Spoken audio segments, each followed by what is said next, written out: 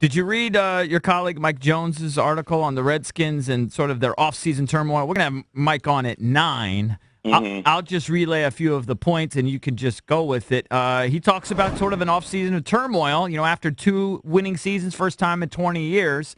They've muzzled McLuhan, which seems to me obvious. That's weird. That's the weirdest part of all this. Really weird. Like they obviously don't trust Allen him. All of a sudden, out in public again for crying out loud. It's bizarre. He's the alumni director. Yeah, exactly. I don't get it. And by the way, I just would like your take on this. I've just gone public and just said I think he's a stupid person because if you don't know 5 years into your relationship that your starting quarterback's name is Kirk and not Kurt, you actually have a low IQ. Yeah, that's embarrassing. Yeah. Let me say this. I think off seasons are more overrated in the NFL than in any sport because coverage of the NFL is 12 months. It's round the clock. Everybody wants to read about their local team or hear about their local team, through 12 months a year. That's the way the NFL is. That's the way the NFL does a brilliant job of promoting itself. And how many seasons with Washington under Dan Snyder have people been dancing in the streets in March because of free agent signings, because, they did this, they did that, they're going to be great, and then September comes and they suck. And I go the other way with it, too.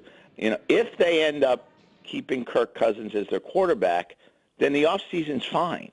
That's the key to the whole offseason. Now, you can say, well, they lost both their coordinators and they ended up only promoting from within. I don't know whether that's a good thing or not yet. I know Matt Cavanaugh personally. He's a really good guy. He failed as a coordinator in Baltimore, but he never had a quarterback. And that was ultimately what did Brian Billiken. He never had a quarterback there. They went through a whole bunch of guys. Even though they won the Super Bowl, they did it with Trent Dilfer and arguably the greatest defense ever. So if Kirk Cousins is signed, and if I were them, I'd sign him I'd stop all the baloney and just say, again, if you think you're going to get better than Kirk Cousins, then let him go. But you're not. Right. You're not, realistically. No, but egos. He's still a young quarterback, so give him the contract. You front load it so that if 3 years from now he's not playing as well, you release him. It doesn't cost you that much. I think he's a guy who will continue to get better because he works at it. But as long as Kirk Cousins takes the first snap on September 10th, then their offseason was fine, unless they have some horrific injuries in preseason or something like that. But why if he won't Bruce doesn't, Allen then their offseason's a disaster. Why won't Bruce Allen let McLuhan talk? I have to think that comes from Snyder. I don't understand. Yeah, that's an edict from Snyder. It has to be. The Bruce Allen, Right. Bruce Allen's main job is to refill Dan's drink glass. Right. Okay? and that's what I don't understand, why he all of a sudden is out there and McLuhan is not. That's to me, that's kind of a hidden story. I mean, that's something I think it's a big Mike story. and others should be looking into very seriously. That means he's fallen out of favor. They're not on the same page.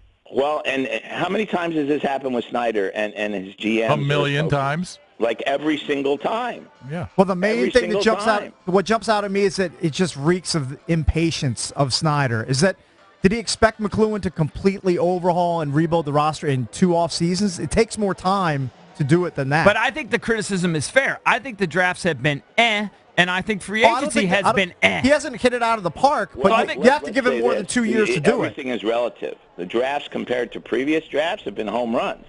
Compared to normal drafts, they've been between a single and a double. Now, a lot of people criticize the drafting Sheriff because he's a guard. He's been pretty darn good.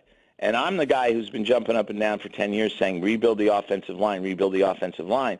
I think that there are 2 main reasons they've played better in the last 2 years, winning seasons both years, not great, but winning seasons, is A, they fortified the offensive line, and B, they have a solid, not a great, but a solid quarterback. The defense still needs work, clearly. For sure.